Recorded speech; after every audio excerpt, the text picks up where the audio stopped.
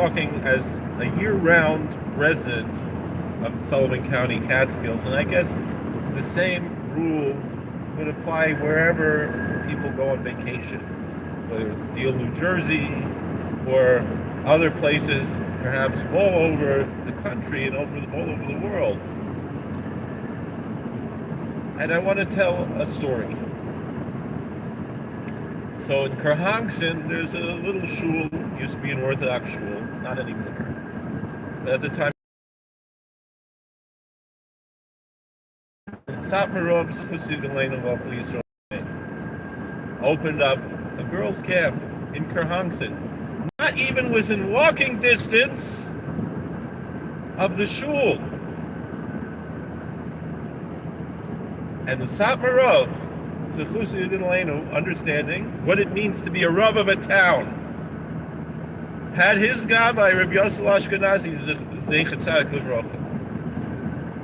go over to the Rav of the shul in Kerhonkson, which I believe was a younger man from Yeshiva University. And it was his first stellar. And he maybe was only Rav there for 6 months. And the Satmarov showed Kavod HaRabbanus to the Rav of the town of Kerhonkson, New York.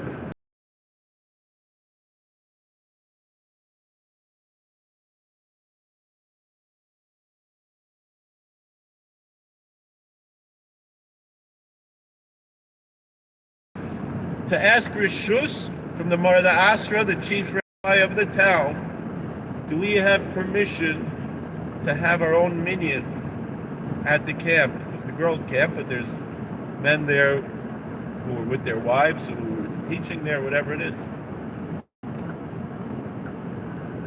Do we have your permission as the Rav of this town to have this minyan? And he was shocked. He said, what are you talking about? Are you making fun of me? He said, no. This is the halacha. You have a Rav of a town. He has to give reshus before any other minyan takes place in that town. I understand it's different in Brooklyn, where it's kind of hefker. You see a town like Elizabeth, New Jersey. There's only one community, several shuls under that umbrella of that community. Or in certain towns,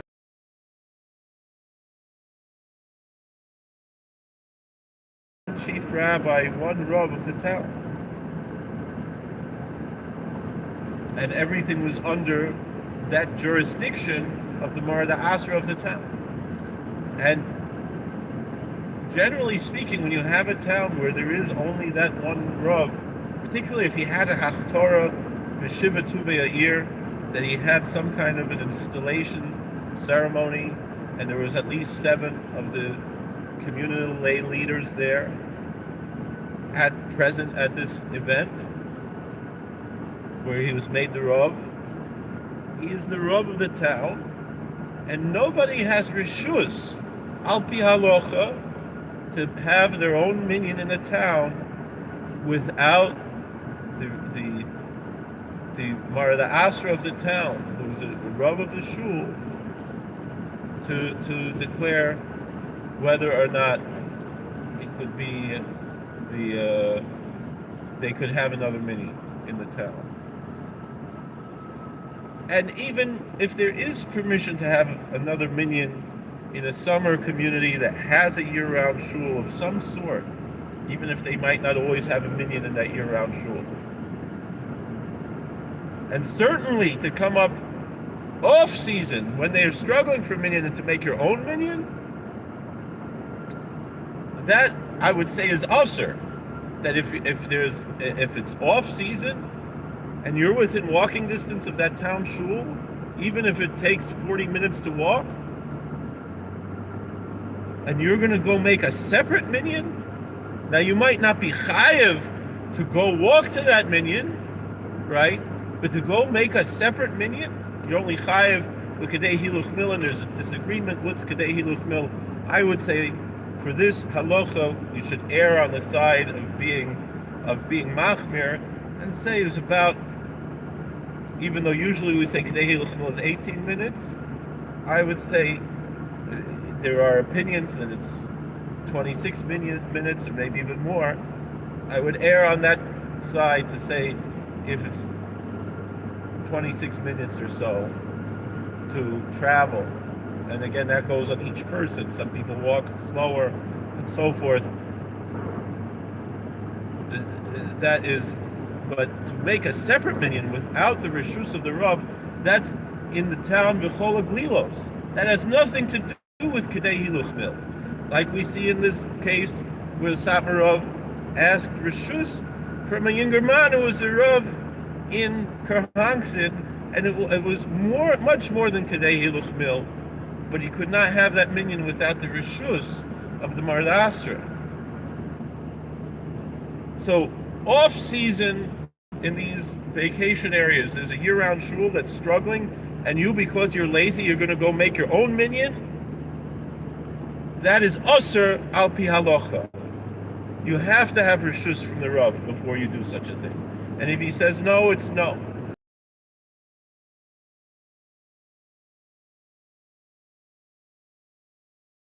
This group over here,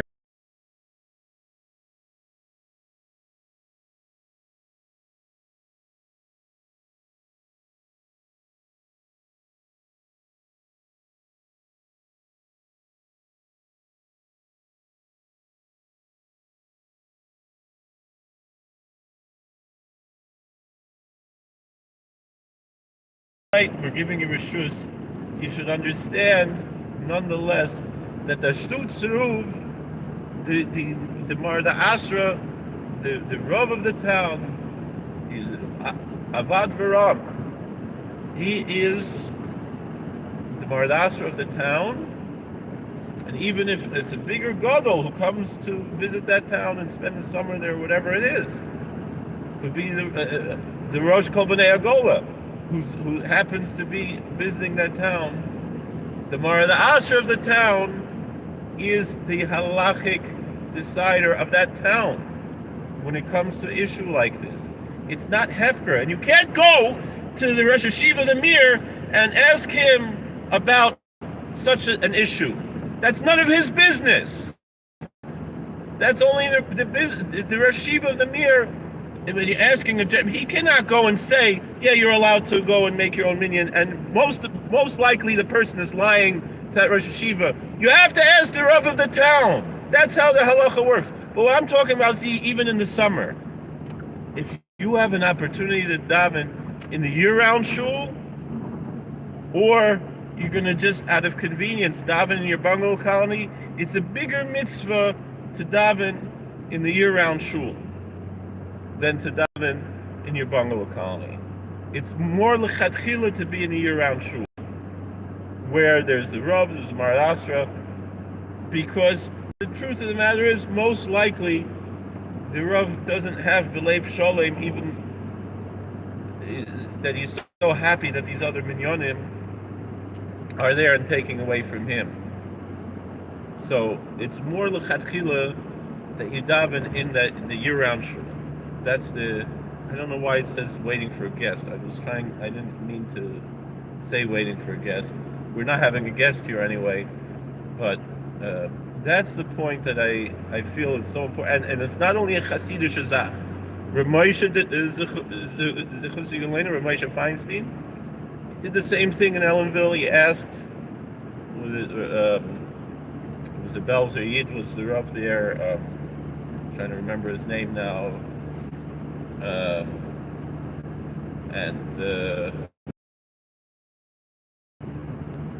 We had one of his nephews was a neighbor of ours. You had Choshev Rabbonim, and again, Reb Moshe was not in walking distance to the Ellenville Shul, but nonetheless, he